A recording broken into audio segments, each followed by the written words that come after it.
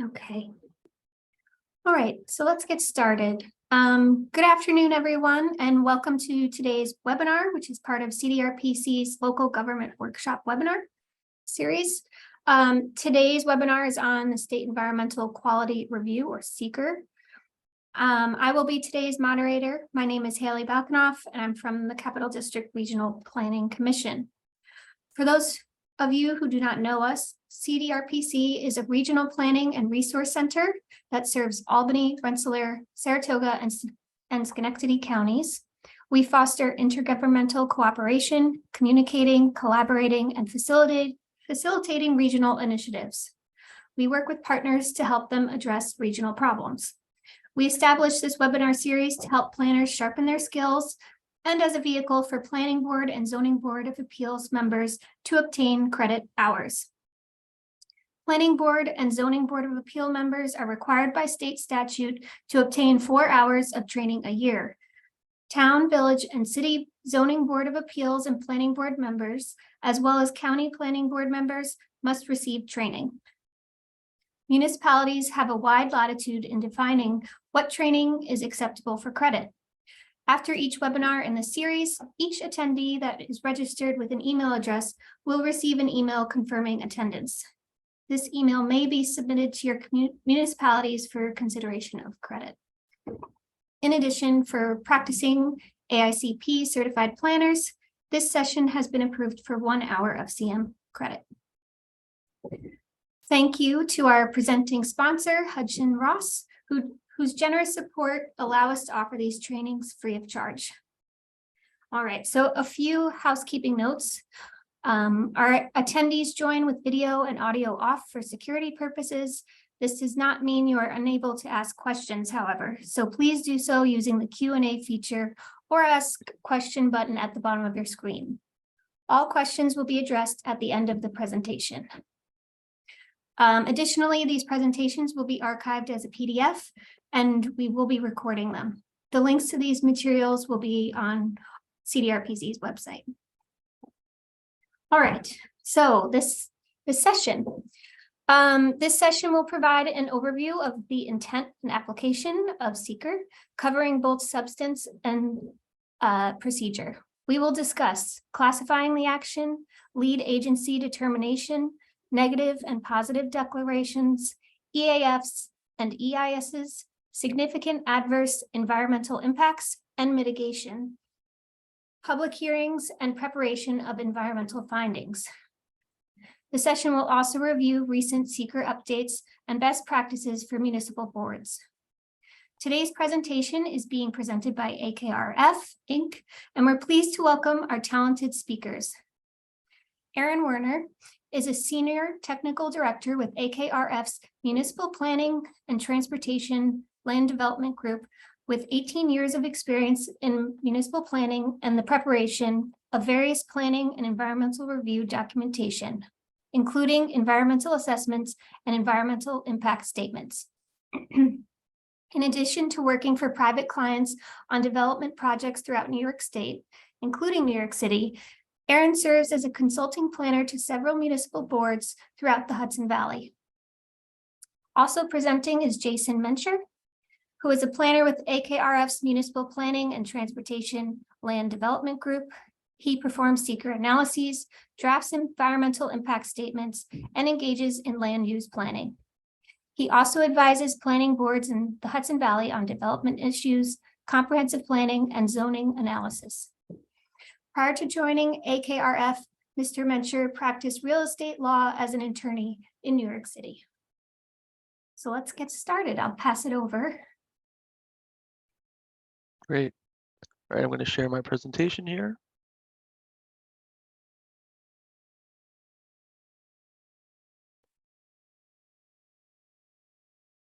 All right, let's move some windows around.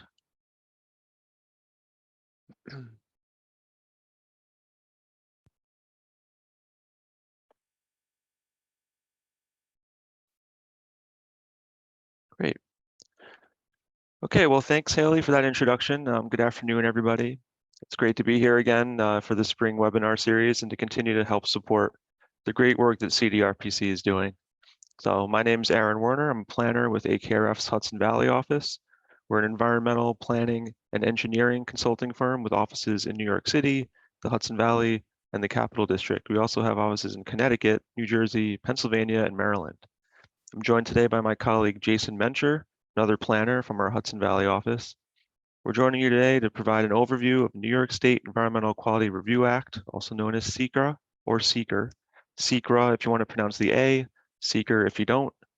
I interchange them. We do a lot of work in New York City where the acronym is the same, but it's with a C, so it's SEQR also, so we don't want to confuse the two. So you might hear me saying SEQRA, SEQR, same with Jason. So in our capacity as consultants, we have quite a bit of experience in both preparing SEQR analyses for private development applications, as well as assisting municipalities throughout New York State in navigating the SEQR process by providing advisory services and technical review of SEQR documents that come before municipal boards. We've done this presentation in the past for CDRPC, and we're assuming many of you listening in are members of various municipal boards. So you'll notice the format is sort of geared toward that audience. But if you're not on a board, it still should be a very helpful overview for you. All right. So the presentation is broken down into 4 main parts. We'll start with some history and background on the purpose and intent of SEQRA, how it came about, the government decision makers that are required to undertake it, and the areas of assessment that constitute the environment under the regulations. Next, we'll discuss the general process through which SEQRA is applied to different projects, including how to classify a particular action, determining significance, and if a project requires preparation of an environmental impact statement or EIS, what steps are involved there. We'll wrap it up with some other common SEQRA concepts like segmentation and some best practices to follow when assuming the role of lead agency. The presentation runs about 45 minutes. So ideally, we'd like to save the very end for the Q&A, but feel free to put the Q&A or your questions into the chat so that we can follow up afterwards. So with that, I'm going to hand it over to Jason to start things off. Great, thanks for that introduction, Aaron, and good afternoon, everyone. SEQRA was adopted in 1975 when Article 8 of the New York State Environmental Conservation Law was passed. The SEQRA regulations are quite extensive, and they're codified in Title VI of the New York Codes, Rules, and Regulations. At the end of this presentation, we've included a variety of links for you to access SEQRA regulations and resources. When it adopted the SEQRA regulations, the intent of the New York State Legislature was to establish a state policy to encourage productive and enjoyable harmony between humans and the environment. That was part of the legislative text. As such, SEQRA promotes efforts to prevent or eliminate damage to the environment, enhance community resources, and enrich the public's understanding of ecological systems, natural, human, and community resources. Next slide. So what is the intent of SEQRA? SEQRA is a procedural and a substantive law.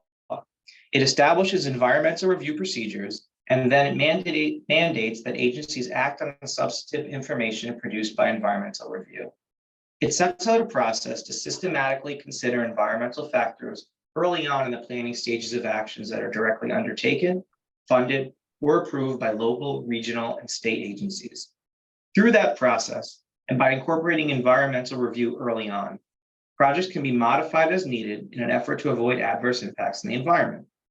The process also allows for early and meaningful public and agency participation, coordination, and discourse, which ultimately increases the efficiency of project planning. SEQRA requires that the agency in charge of the review, also called the lead agency, take what is called a, quote, hard look at the next topic we're going to discuss. Next slide, Aaron.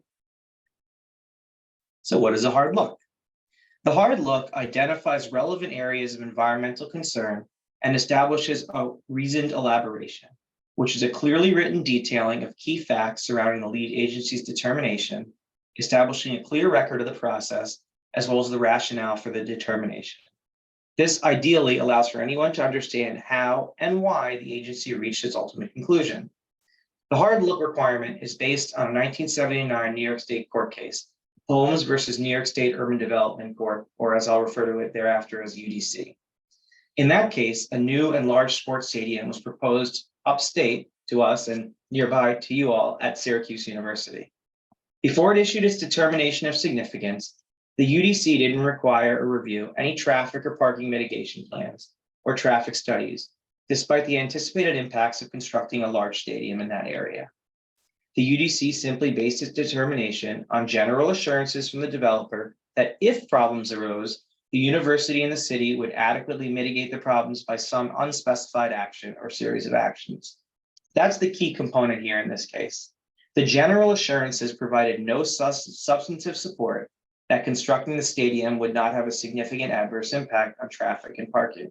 So the UDC did not undertake the required hard look. So the main takeaway from the Holmes case is that it's simply not sufficient for a lead agency to assert problems will be mitigated if and when they arise. By requiring a hard look, even if some form of mitigation has already been planned, the process itself can result in further changes to the project such that those changes themselves can mitigate potential problems. Next slide, Aaron. So when does SEQRA apply? All discretionary actions of an agency to approve, fund, or directly undertake an action that may affect the environment are subject to review under SEQRA. Local agencies and boards might include planning boards, zoning boards, town boards, or architectural review boards. Some examples of discretionary approvals could include the approval of a site plan, a special permit, a use permit, a variance, a change to zoning code or a zoning map, or a wetland permit. And as all of you know in your experience, there are many others that might be in this grouping. Next slide, Aaron. So now we need to look at what environment is. And it's important to understand how SEQRA regulations define environment, because the definition is rather expansive and dictates a lot of what goes on in the review process. Environment is defined as the physical conditions that will be affected by a proposed action. And these include a wide variety of categories, which I'll go through some of. Land, air, water, minerals, flora and fauna. That's a common consideration for undeveloped parcels that might contain sensitive animal or plant habitats. Noise, and that can include construction noise and operational noise, and may also depend on whether there are sensitive receptors nearby, such as public buildings, schools, or religious buildings. Resources of agricultural, archaeological, historic, or aesthetic significance. These might include properties on national and state registers, properties eligible to be on those registers, scenic views, and scenic areas of statewide significance. Environment also includes existing patterns of population concentration, distribution, or growth, existing community or neighborhood character, including local architectural style and scale, housing typology, and residential makeup. Human health is another environmental point of review. This could be impacted by construction or operation of a proposed project. Impacts in human health include the release of fugitive dust, noxious fumes, or the creation of nuisance noise, among other things. Next slide. Beyond those terms that we just discussed under the definition of environment, there are other areas of environmental assessment which are extensive. They can include the following: socioeconomics, which might include displacement of housing or businesses. It can also include provisions for affordable housing, although in our experience, that's typically considered a benefit of a proposed action. Community facilities. This includes police, fire, EMS services, schools, sewer, water, and electric utilities. Some considerations there include the capacity of the facilities to absorb new residents and their associated impact, or if local providers have expressed concerns about the given project. It also includes school children generation, a topic that often comes before planning boards, which they focus on and residents can often become vocal about. Traffic and transportation. This can include vehicle trips generated by a proposed action, traffic volumes, impacts on intersections, and access to public transit options. Visual impacts. These include impacts on scenic views, shadows that might be cast by a proposed project, and how the proposed project fits into the surrounding visual context of the area. Community character is another area of environmental assessment. This might focus on conformity with comprehensive plans, town plans, or regional plans. For example, many of our projects are down here in Westchester County, so those projects are often considered and have to be conforming to the county's comprehensive plan, Westchester 2025. Finally, in other areas, public health. A site might have existing contamination, so environmental assessments might include how remediation would be handled in the event the lead agency determines remediation is needed. Next slide, Aaron. So the next thing to examine is who has to comply with SEQRA. State agencies, local governments, including all of their boards, and financing agencies such as industrial development agencies and housing development corporations are all bound to comply with SEQRA. But as to enforcement, SEQRA is a self-certifying law. That means there are no SEQRA police. The SEQRA statute didn't provide DEC or any other agency with administrative or enforcement authority to review SEQRA implementation or decisions by agencies. So while the DEC is charged with the administration of SEQRA, it can't force other agencies to comply. So actual oversight and enforcement falls to interested citizens and groups, including activist organizations and local community groups. But despite the DEC's lack of enforcement authority, SEQRA decisions may be challenged. Challenge is undertaken through an Article 78 proceeding, a specific court proceeding in New York State Supreme Court. It's a formal legal challenge specifically of the final determination of significance made by the lead agency. And an Article 78 proceeding has its own strict procedural and substantive requirements. Additionally, involved agencies are able to dispute the lead agency's findings, but in our firm's experience, that's not a common occurrence. And I've never had it happen on a project I've been involved with. Next slide. So how and when does the SEQRA process actually begin? It runs concurrently with an application for development. That's not the only time SEQRA is implicated, however. The SEQRA process should also be initiated concurrently with the circulation of draft local laws, changes to zoning maps, and the adoption of comprehensive plan amendments. All development applications must be accompanied by an environmental assessment form, often referred to as an EAF. There are 3 different EAF parts, a part 1, a part 2, and a part 3. They are completed sequentially. The part 1 is either a short form, which is just 2.5 pages of required questions or information, or a full form, 13 pages long, and a much more comprehensive set of questions, really digging into the details of the proposed project. And the type, rather short form or long form, depends on the type of the proposed action. So now Aaron will walk us through how to determine the type of a SEQRA action. Great. Okay. So under SEQRA, we have 3 types of actions that a particular undertaking can fall under. We have type 1 actions. By definition, these are presumed to have the most potential to result in environmental impacts. And we'll get into the specific thresholds through the regulations. It's important to keep in mind that not all type 1 actions will end up requiring preparation of an EIS, though. I'll say that a few times. Type 2 actions, by definition, are those that have no potential for environmental impacts. If an action meets any of the categories specified in the regulations, the SEQRA process effectively ends with a determination by the lead agency that it is a type 2 action. There's no short form or full form EAF required for a type 2 action. Unlisted actions are those not identified in either of those lists and may have the potential for environmental impacts, but again, may not necessarily require an EIS. So section 617.4 of the regulations is where you'll find the full list of type 1 actions. And towards the end of this slide deck, we did include a link to the full list, so we encourage you to take a look at those. There's lots of examples. I'll go over the most common on this slide. So type 1 projects tend to be on the larger side, therefore more likely to have potential for significant adverse impacts. Again, not requiring an EIS all the time. That would depend on the lead agency's determination of significance, which we'll get into a little later. The type 1 list includes specific thresholds for actions that are based on the size of a community's population. So let's start with the example we have on this slide of a residential development in a community with a population of 150,000 people or less.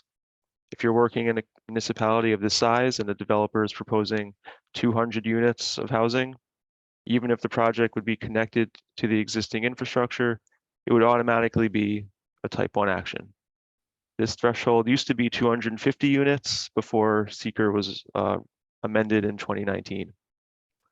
Type 1 also comes into play when you're dealing with a site that has historic considerations, specifically if the site itself contains a state or national register eligible or listed historic resource structure, and or if the site is located within an eligible or listed historic district. In such cases, an action involving the property can be considered type 1, but only if 25% of another type 1 threshold is exceeded. that can get a little confusing. I'll break it down here with an example. So let's take the residential project example I just mentioned, right? 200 units in a municipality with 150 persons or less. 25% of 200 is 50.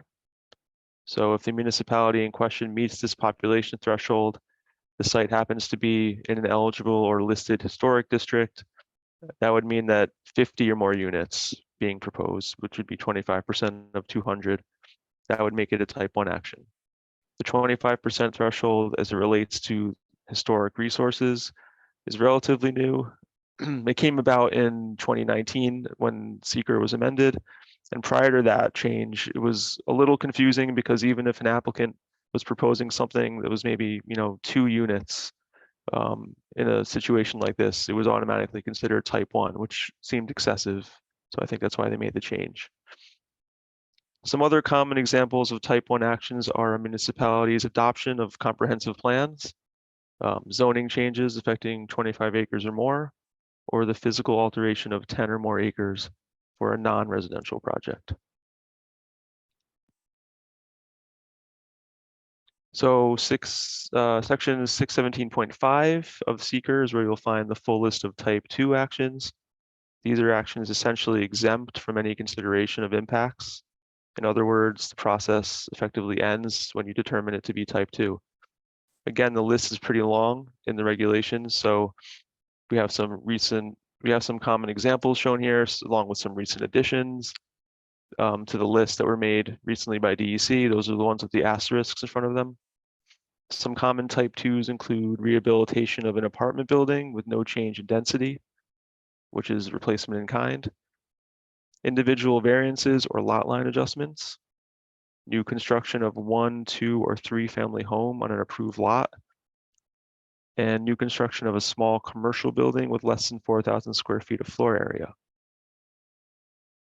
You'll notice a lot of these recent additions, the ones with the asterisks, deal with green infrastructure types of projects, solar activities. These are issues that a lot of communities are dealing with across the state currently. So this was DEC's attempt to try to streamline some of those actions, provided that they meet the type 2 description. It doesn't mean a full solar farm on a 25-acre parcel would be a type 2, but it's very specific as far as what type of green infrastructure project we're dealing with. Another interesting note is that agencies are permitted under the law to adopt their own list of type 2 actions specific to their operations or locality. It's a rare occurrence due to the process involved, but through some of the work we do, we know certain New York City agencies, for example, given the volume of certain activities that they do each year, they have adopted their own type 2 list to meet their needs as part of their city charter. One last note on type 2s. They can be subject to interpretation. So it's always good practice to consult with legal counsel or code enforcement officer before making a type 2 determination. So now that you're a little more familiar with what a type 1 or type 2 action is, the rule of thumb to follow is if you can't type a project given those 2 lists, it's best to play it safe and call it unlisted. Some examples can include a minor subdivision, multifamily apartment buildings with less than 50 units, and a small scale retail or restaurant establishment that are not small enough to be type 2, but not large enough to be type 1. So after you've figured out the type of action you're dealing with, the next step is to classify or establish your lead agency role. So the regulations define the lead agency as that agency that is principally responsible for undertaking, funding, or approving an action. For example, a local planning board with authority to approve a site plan or a special use permit, that's the appropriate lead agency for that type of application and that type of SEQRA review. New York State agencies like DEC, Empire State Development, New York State Homes and Community Renewal, they can also serve as lead agencies for their actions that are subject to their funding or other action. When reviewing type 1 or unlisted actions, the lead agency needs to formally declare intent to be the lead agency. and circulate application materials to involved and interested agencies. So what is an involved agency? Those are agencies that are, in addition to the lead, they also have an approval or permitting role in the project. The best example to present on that is if DOT, for example, New York State DOT has to issue a highway work permit for a project that happens to front on a state road, they're an involved agency because they have a permitting role in the project's life cycle. Interested agencies, on the other hand, include those that may not have an authority to permit or approve, but the lead agency may still value their input on the project for other reasons. Those could be examples of interested agencies could be local service providers or EMS, police, fire. A local conservation group is another example of an interested agency. And as I said previously, when you're dealing with a type 2 action, you're pretty much done, but it's advisable to get that determination in writing for the record, either by voting through a resolution at a meeting or issuing a memo to the file. So when declaring the intent to serve as lead agency, it is a best practice for the assumed lead agency to notify other involved agencies of this intent. At a minimum, part 1 of the EAF, which is prepared by the applicant, should be circulated along with a copy of the application materials. A map depicting the location of the site is also a good idea. Pursuant to the regulations, the assumed lead agency should allow 30 days for responses, and if no responses are received, it can be assumed there are no disputes. While very rare, it is possible to have an involved agency dispute a lead agency's role and request that they be the lead themselves or recommend another agency.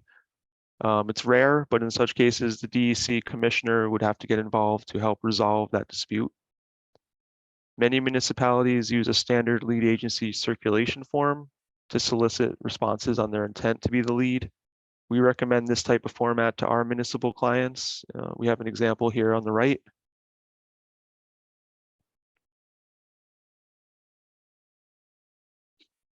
So once the lead agency has declared its intent to undertake a review, and there's no objections within that 30-day window, the lead agency can begin reviewing the submitted EAF. And we have two types of EAFs, as Jason mentioned earlier. We have the short form and the full form. The short form is required for all unlisted actions. And part 1 of that form consists of only 2.5 pages of information. The full form is required for all type 1 actions. It's more involved. It has about 13 pages of project information. And in either case, part 1 is typically prepared by the applicant on a project. The EAF part 2, in either case, a short or long, is completed by the lead agency. And that contains a series of questions on environmental impact categories to help guide the lead agency's eventual determination of significance. And on that full form, which again is more involved, questions and sub-questions can be answered by checking either moderate to large impact or no or small impact. For actions subject to the full form, we advise that our clients, when we're dealing with municipal boards that are lead agencies, we advise that they deliberate on that part 2 as early in the process as possible. This is because the lead agency will need to request supplemental information or technical studies if they believe there's a moderate to large impact in any one of those categories. Jason's going to present some examples of what that means as far as what type of supplemental information you can request in reviewing an EAF. Part 3, also completed by the lead agency, includes that determination of significance, as well as the reasoned elaboration for why that determination was made, often citing the findings of the supplemental studies and reports that the applicant has prepared in response to the deliberations on part 2. We also have a link here to the EAF mapper. It's a helpful tool that applicants and lead agencies can use to get familiar with the part 1. It basically allows you to choose the location of your site on an interactive map. It generates a partially completed part 1 EAF for you by gathering certain information from a search of agency databases and maps. For example, areas that are sensitive for threatened and endangered species would automatically be flagged if it falls within that. If it's a brownfield site on or nearby, whether or not the site falls within a critical environmental area. These are all geographical areas and layers in GIS that the state has, multiple agencies have, that sometimes it's hard for an applicant to pinpoint themselves. So the DEC took the step of actually creating a program that helps you fill out that mapper or that EAF using this mapper. So I'll turn it back over to Jason now to go over the types of supplemental studies that could be asked in reviewing an EAF. We're not talking about EISs yet. We're still in EAF world here. Great, thanks, Aaron.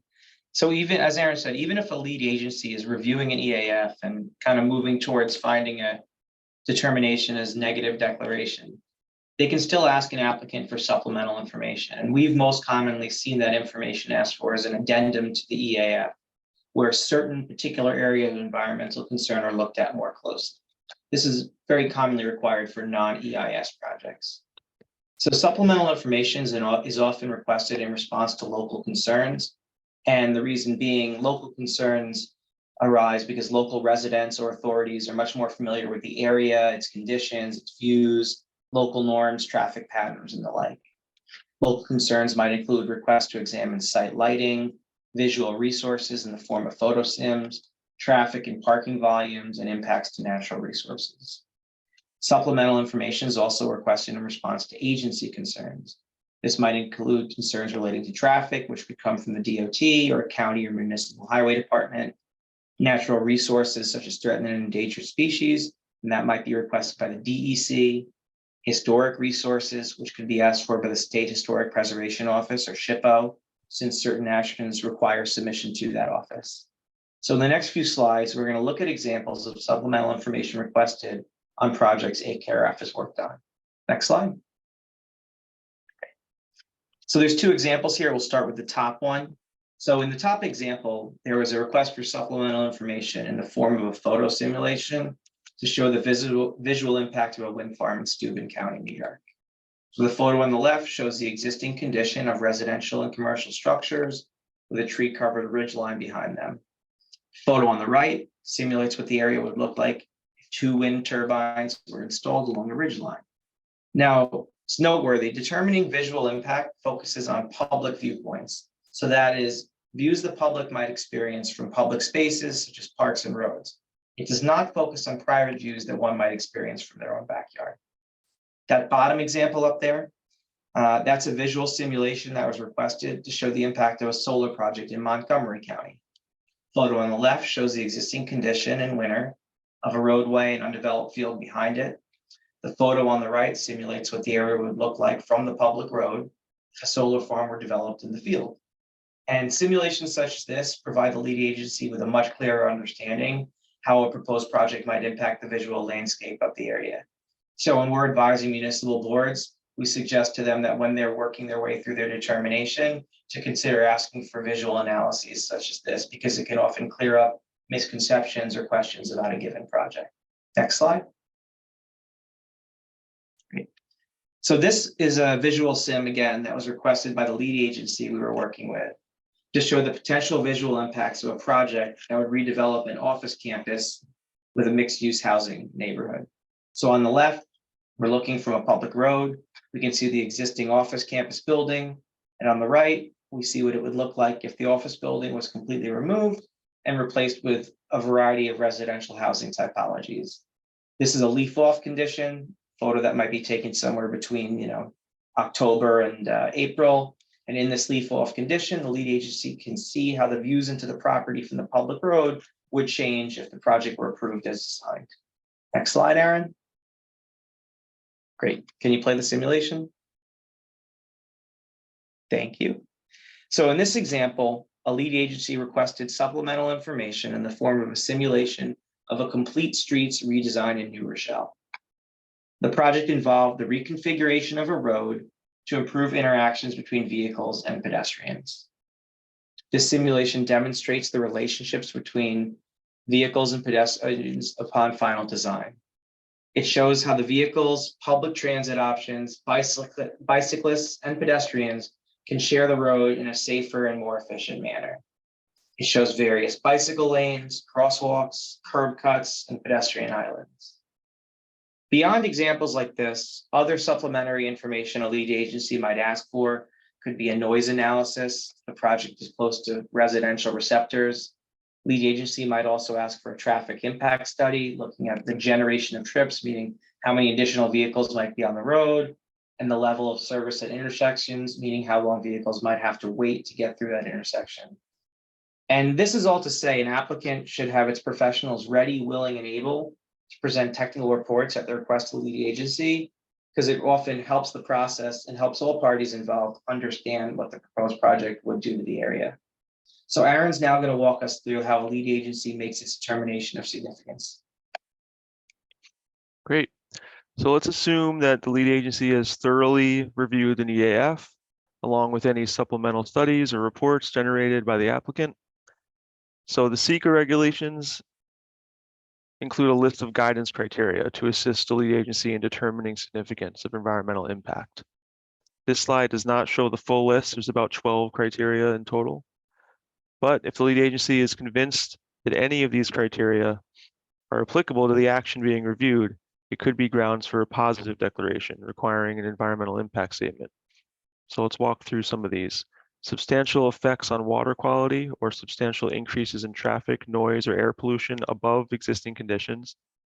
Destruction of large quantities of habitat known to contain threatened or endangered species. There could be a material conflict with what a community's comprehensive plan is recommending for the site or the neighborhood.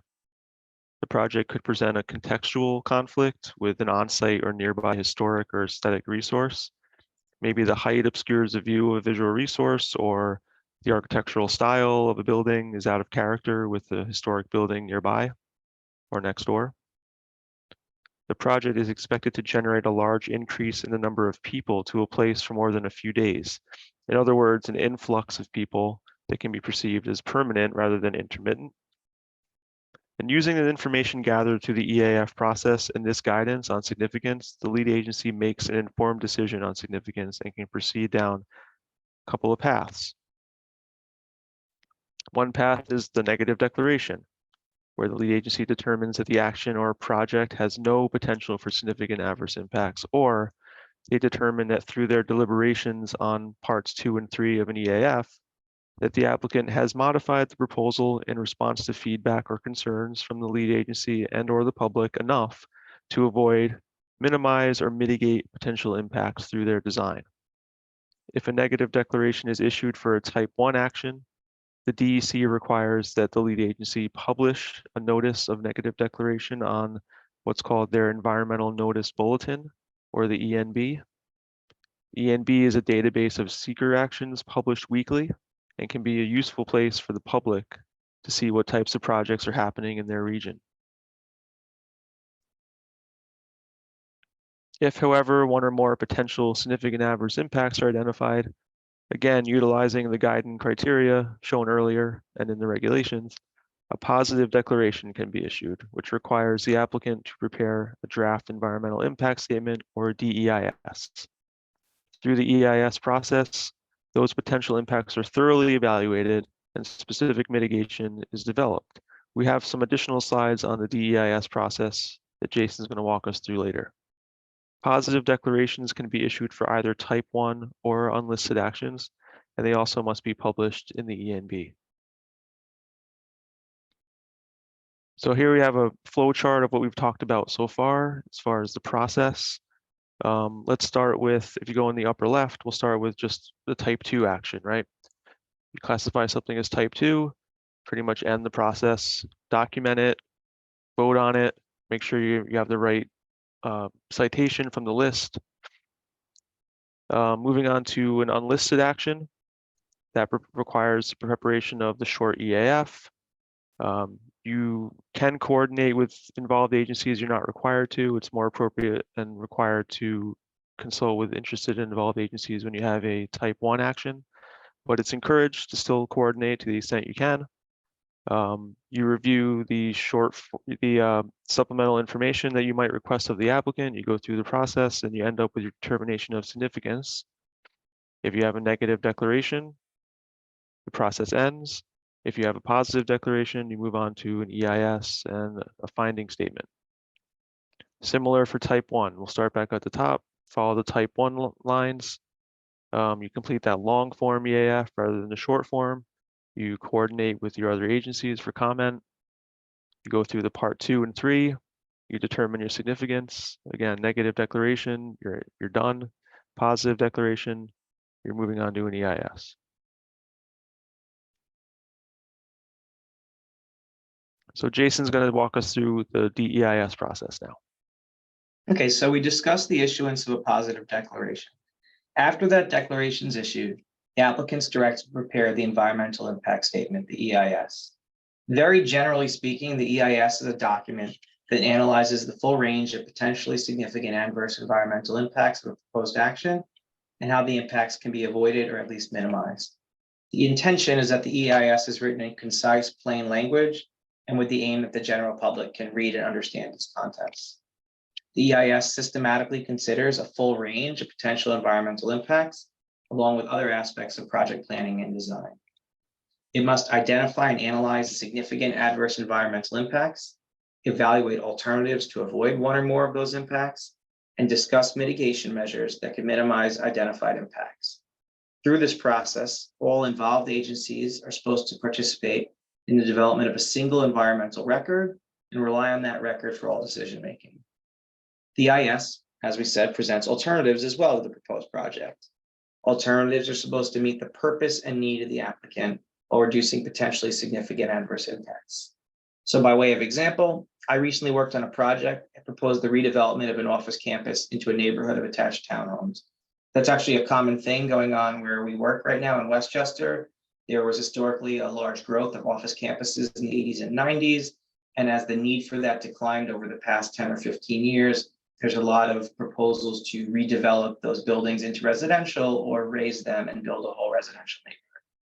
So on my project, as I said, redevelopment of an office campus into a neighborhood of townhomes. As an alternative, lead agency asked the applicant to consider one design of lower density, so fewer units, and another design with the same number of units, but shorter buildings. And both the alternatives would have allowed the applicant to redevelop the site from commercial office to residential, which is what the applicant's purpose and need was, but might have resulted in lesser visual or physical impacts. Next slide. So how does an applicant know what to cover in the draft EIS or DEIS? This is done through a process called scoping, and scoping essentially establishes a roadmap for the DEIS. The scoping process, and along with the EAF review that Aaron discussed earlier, analyzes technical considerations focused on potential impacts and response to public and agency concerns. The process also can rule out areas that don't require analysis as they might not be applicable to a given action. So for example, a subdivision development of 10 or 20 lots in an otherwise undeveloped area might not have a meaningful impact on traffic since it might not generate enough vehicle trips to merit a traffic study. But development of the same subdivision in the same undeveloped area could significantly impact local flora and fauna. So the DEIS scope might not require a traffic study, but could require an analysis of impacts to plants and animals. And that's why the scoping process is so important and so valuable. It helps the applicant and the lead agency hone in on what the most important and critical issues are to review. A hearing on the DEIS scope isn't required by SEQRA, but most municipalities, including clients we work with, choose to do so anyway. At a minimum, municipalities have to accept written comments on the scope from other agencies and from the public.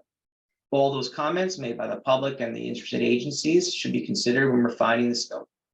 Once the scope's adopted, the applicant has to make sure that all items called for in the scope are analyzed, evaluated, and reported on. After the applicant has prepared the DEIS, it's reviewed by the lead agency.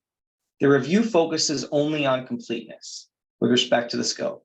So it's not a substantive review, but rather a review of whether the DEIS is adequate to understand impacts and mitigation, and if all the topics outlined in the scope have been covered.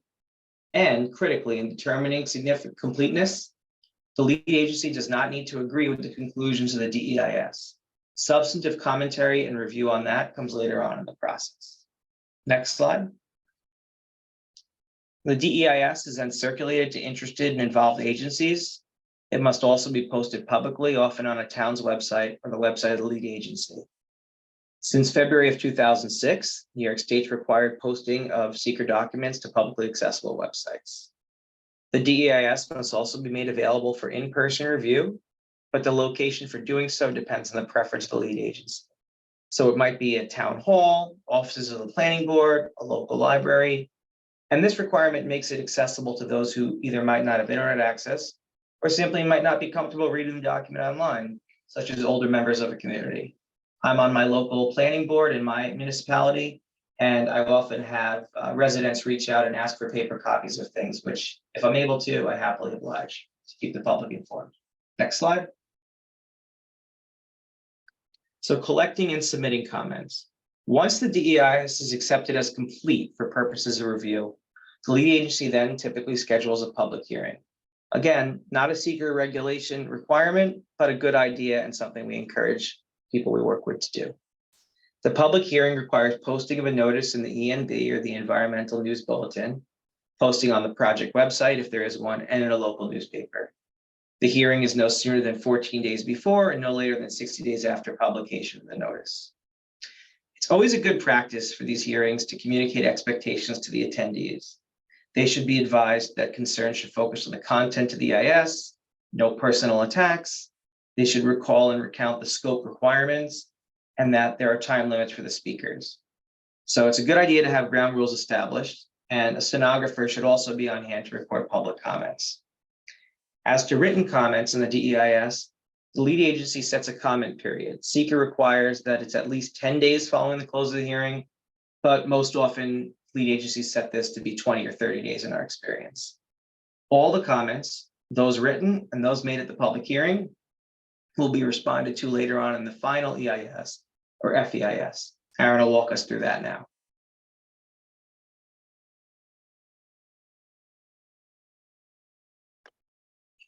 Okay, so following the close of that DEIS comment period, the preparation of the final EIS or FEIS can commence. While it's common for the applicant to prepare the initial FEIS, it's ultimately the lead agency's document to adopt.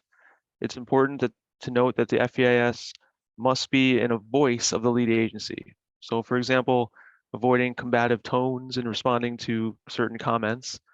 And the FEIS should, as clearly as concisely as possible, lay out the conclusions reached based on the analysis completed. So regarding those comments that you received on a DEIS, it's the FEIS's job to include a comprehensive response to all of those substantive comments that are made both at the hearing, also in writing before the close of the comment period. As a best practice, the substantive comments received should be organized by DEIS topic or DEIS chapter, and copies of the stenographer's hearing transcript, if there was a stenographer, or a YouTube video transcript. All written comments received, they should all be included as an appendix to that FEIS. In reviewing the response to comments on the draft DEIS, the lead agency can request additional information if a response is not considered adequate. If additional technical studies are conducted by the applicant in response to specific comments, those should also be included as part of the FEIS record.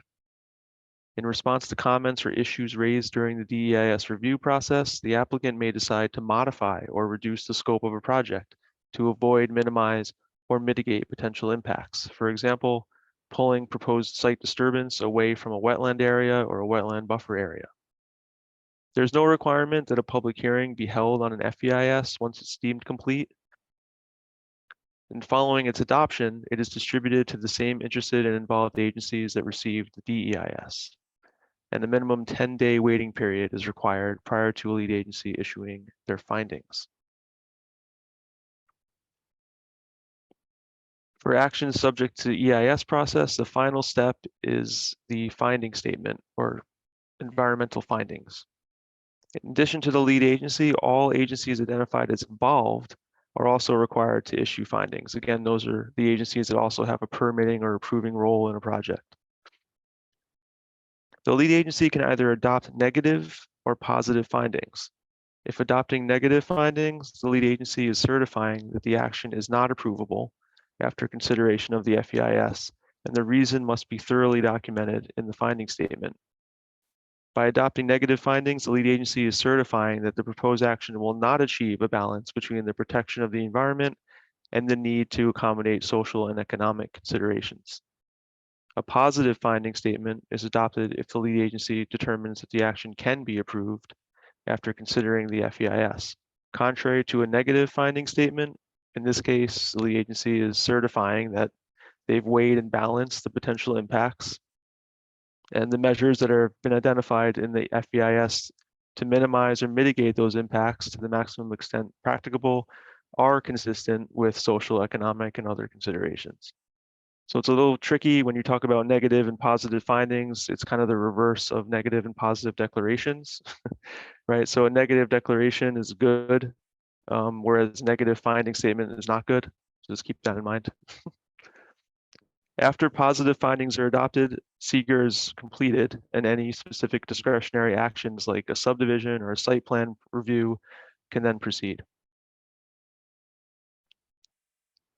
So now that we've walked through some highlights of the process, we always feel it's good to hit on the topic of segmentation and how best to avoid it. Lead agencies are often faced with a problem of how to address a complex action involving a number of related components that may not be presented or applied for at the same time. So let's look at some examples of when this could occur. There may be a series of applications for the same project, like a zoning text change that comes first, followed by a subdivision or a site plan approval that comes later. There could also be a large project with many phases to be constructed over a number of years. Those phases are not speculative, but publicly disclosed. The same developer could have concurrent projects planned on separate sites, both requiring similar actions and agency involvement. When encountered with these kinds of situations, it is critical to understand that SEQRA requires an evaluation of the whole action. And if there are proposals or parts of proposals related closely enough to be, in effect, a single course of action, the environmental review should not be segmented, but combined as a whole action and evaluated accordingly. Segmentation or the perception of segmentation should be avoided since it can serve as grounds for a legal challenge. So here we have some basic test questions from a SEQRA handbook and SEQRA regs to determine if segmentation is a possibility. If the answer to any of these is yes, an agency should be concerned that segmentation is taking place. So number one, is there a common purpose or goal for each segment?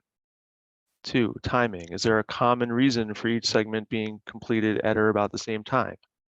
For example, there may be an application deadline for funding from another agency, and that application includes each segment. 3, is there a common geographic location involved? Each segment could be within the same municipality and not very far apart.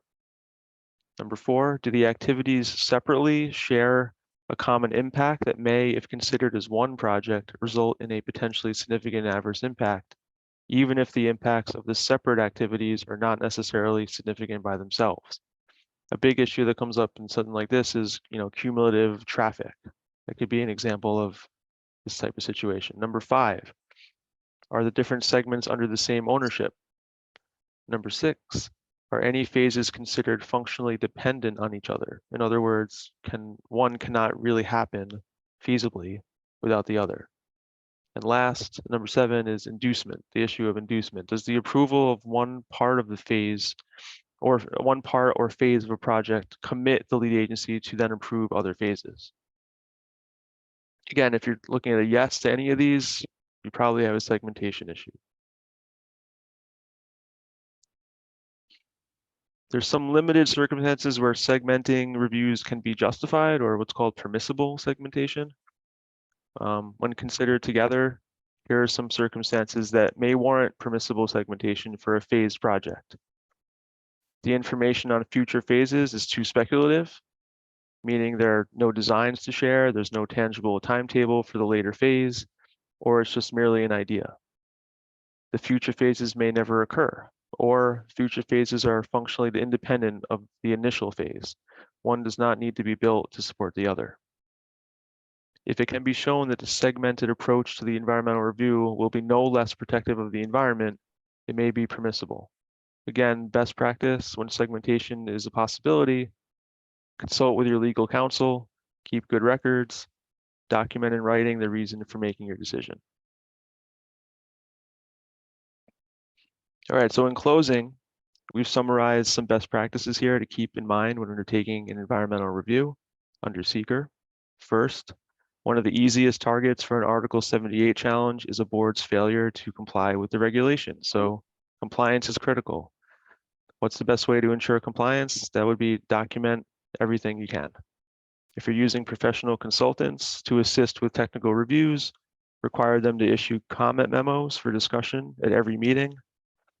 When it comes time to make determinations of significance, that's your negative declaration or your positive declaration.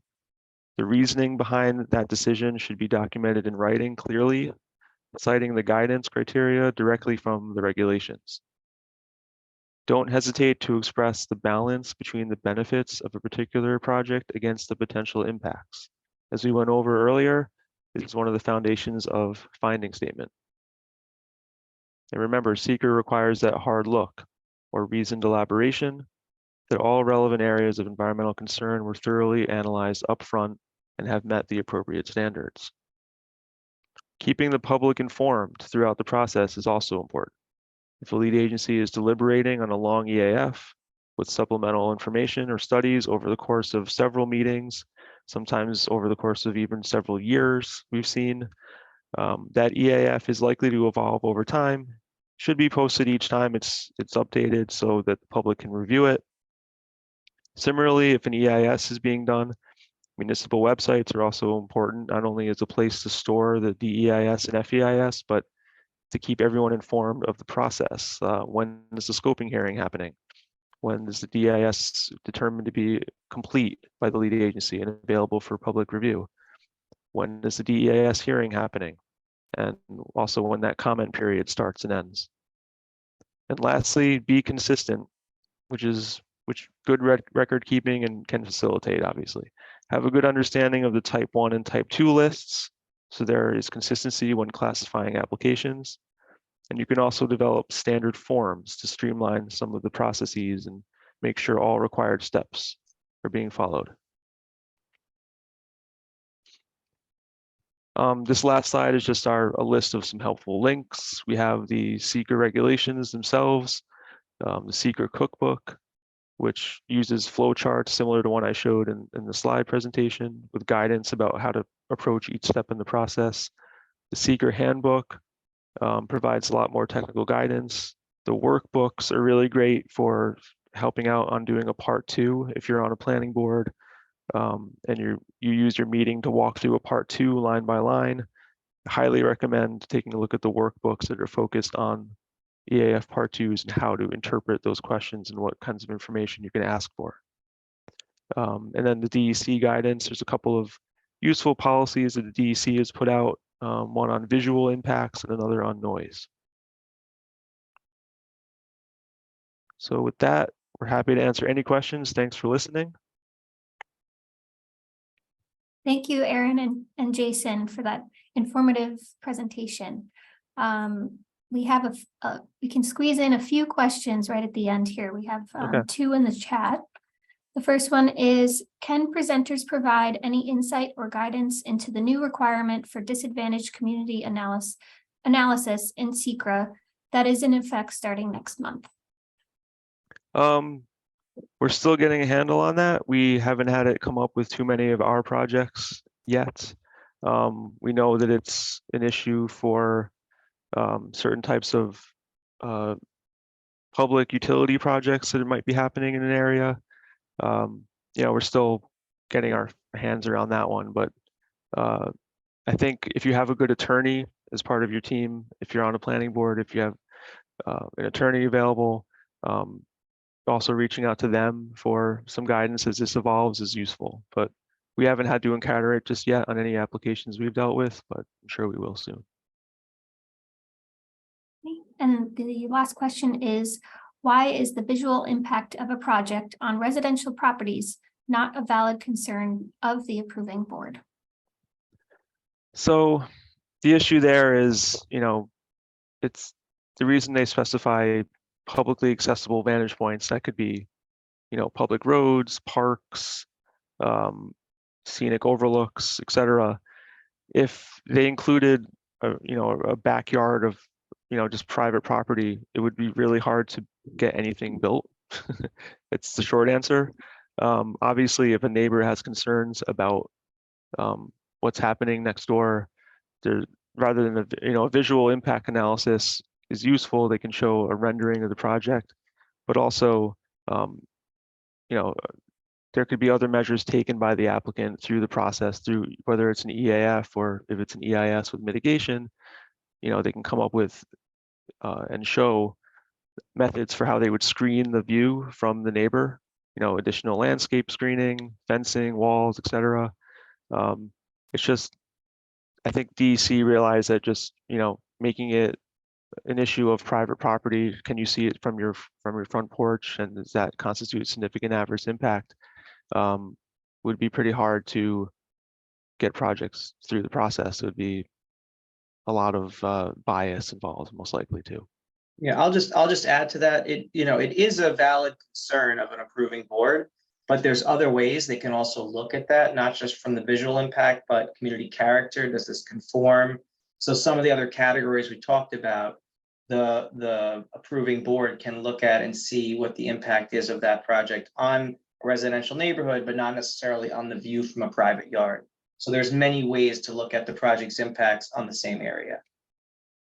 Right, and if you could look at it, you could take a viewpoint from the public roadway that happens to be right in front of someone's house. That can count as a viewpoint. It's just that you're discouraged from actually going on private property and taking a photo simulation from someone's bedroom window, for example. And also it also is important to keep in mind, like, planning boards, just their role is to basically do what their code says, right? If something is permitted by right, but it requires a site plan, but it still is a permitted use, and it goes through the SEQRA process, and there might be some concerns about its appearance from neighbors. Technically, if it checks off all the boxes and the impacts aren't necessarily significant, it's allowed to be approved. So, know your zoning, know what you're living next to, what could be built there in the future, is something that we always keep in mind. So, Thank you. All right, so there aren't any more questions. So this concludes our session for today. Again, special thank you to Aaron and Jason of AKRF for presenting. And again, a recording will be on our website along with a PDF of the slides. So you feel free to reach out if you would like copies of those. Other than that, I hope you all have a wonderful day. Thank you so much. thanks so much. Bye.